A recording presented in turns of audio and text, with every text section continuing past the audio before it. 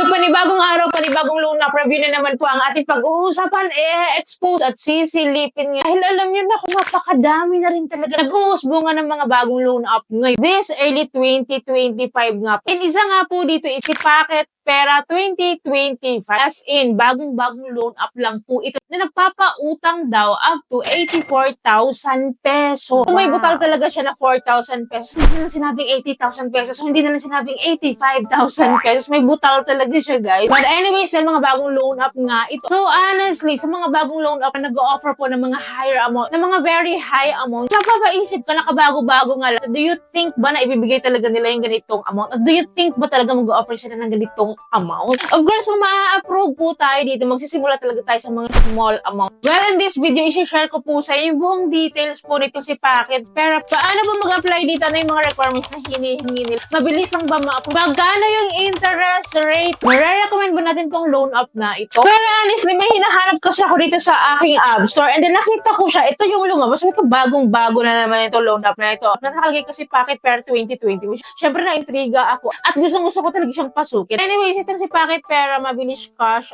So operated po siya ni DR Verma Lending. So well, dito sa kanyang privacy policy, nakalagay po dito na yung loan services daw provided by Packet Pera app or authorized by Marge. Hindi ko alam kung ganito yung basa ha. Sorry kung ganito yung basa ko.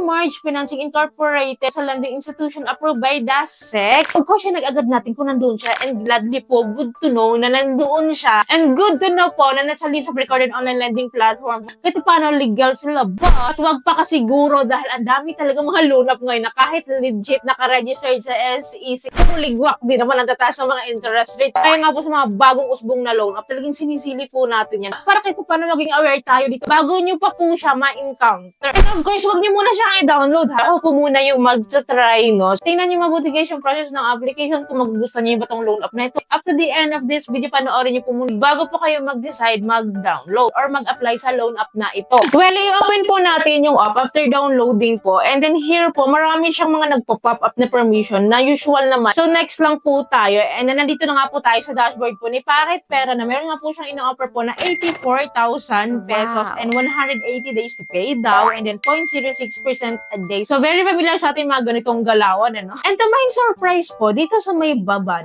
as you can see, visible po dito yung parang mga legalities po nila. Actually, nagulat ako kasi usually, di ba, SEC at saka AMLC yung lagi nakalagay dito sa mga loan up. Ito ha, meron siyang nakalagay na lungsod ng Makati at saka BIR na logo. So what does it mean? So I think guys, itong mga naka-flash dito na logo na lungsod ng Makati at BIR, siguro ito yung mga permits nila, no? Ito yung mga permits nila to operate sa site po na yan. I don't know, baka taga Makati ba to or taga Manila ba to or Metro Manila lang. Kasi obviously, nandito nga po yung logo ng lungsod ng Makati. So maaaring ganun. So anyways, hindi natin kailangan magtagal dyan. So mag-proceed na tayo agad sa application. So i-click na po natin agad tong apply now. And as usual po, we need to provide our mobile phone number and then get the verification code. Ine-enter lang po natin yan. And then next po tayo. And then right after that po, nagbago ang kanyang loan amount. From 84,000 naging 8,000 pesos. Well, proceed po tayo sa application. Click po natin ulit tong apply now. And then as you have noticed po, from Packet Pera, naging Mabilis Pera na siya. So, very familiar na rin talaga itong mga ganitong transition. Yung mga ganitong transition po ng mga pangalan ng mga loan up, parang nagtatago lang po sila or iisa lang talaga sila. Which is few months ago, na-encounter ko na rin kasi Mabilis Pera loan up. So, ito na pala yun. So, maaaring nagtatago lang siya. Dito kasi wala na siya ulit ngayon. Pawala-wala, pabalik-balik kasi ito. Maaaring ito ngayon. Or sister loan up niya ito. Na-under nga po siya kay Marge Financing, diba? And makikita mo kasi dun sa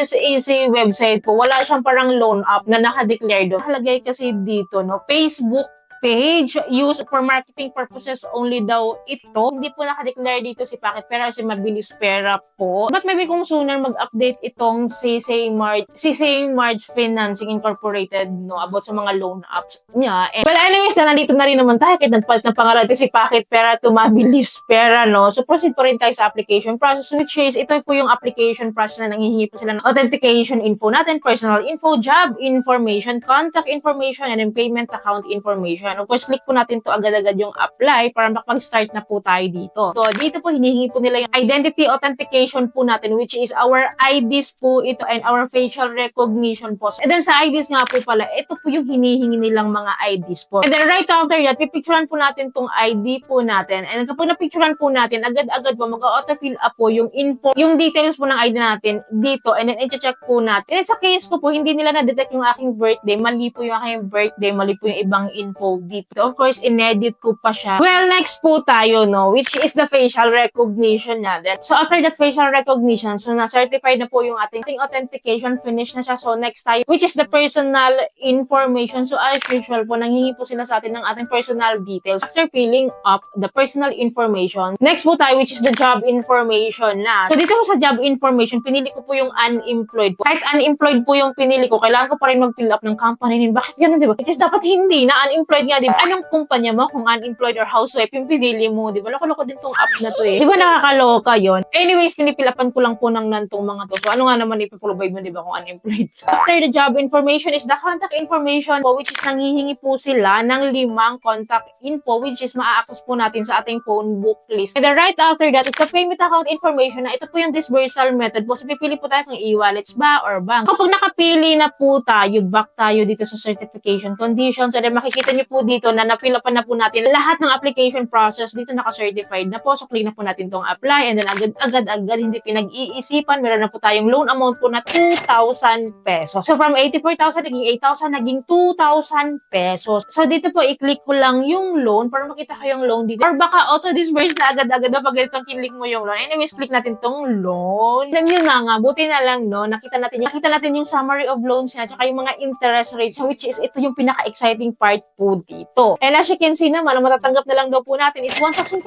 pesos. Meron silang processing fee na 667, interest fee na 13 pesos, and then risk control service fee na 120 pesos. So lahat-lahat po ng interest and charges is nagtototal po siya ng 800 pesos, which is kung ibabawas mo sa 2,000 na loan amount. Kaya nga po, 1,200 na lang po yung matatanggap natin. So ikaw ba papayag ka sa ganito? Na 7 days to pay lang. And honestly, parehas na parehas po sila ng summary of loans. Parehas na parehas po sila ng format po ng summary of loans. Sa previous loan app po na nireviews ko ng mga bagong loan apps, which is si Pan Solution Loan App tsaka si Cash Choice Loan App. So ganito din yung breakdown niya. So, parang magkakapatid sila. Hindi ko pa ma-recommend yung mga ganitong loan app, no? Kasi hindi natin alam yung agenda niya. Baka nung walang siya ng information sa atin. Mga ganitong loan app, kung mapapansin nyo, in and out po ito sa mga app stores. Kaya minsan po hindi nyo po siya makikita sa app store. And once po kasi na-download ko po yung app din sa aking phone, no? And nawala siya sa app store. Mananatili pa rin po kasi siya sa phone kung hindi po siya nawawala. Kaya clearly, hindi po talaga siya nawawala. Nandyan pa rin po siya kahit hindi siya minsan visible sa app store kasi nga po, pabalik-balik nga po siya. Yung iba kasi na-access nila through website, through referrals, through messenger links, through telegram link, through Viber links. So may mga ganong kalakaran po kasi mga loan app po na ganito. Kaya kung mapapansin nyo, minsan nawawala siya, minsan nandyan din siya. Yung baka nga ma-encounter nyo siya. Kaya pag-isipan nyo pong mabuti kung gusto nyo po itong loan app na bago nyo po i-try itong loan app na ito. And that's all for this loan app review. I hope may natutunan kayo sa video. I hope nakatulong tong video sa inyo. Kung nagustuhan yung video, please don't forget to like, share, and subscribe. Click yung bell button para lahat po ng videos ko is updated and notified po kayo. Thank you for watching this video. Bye!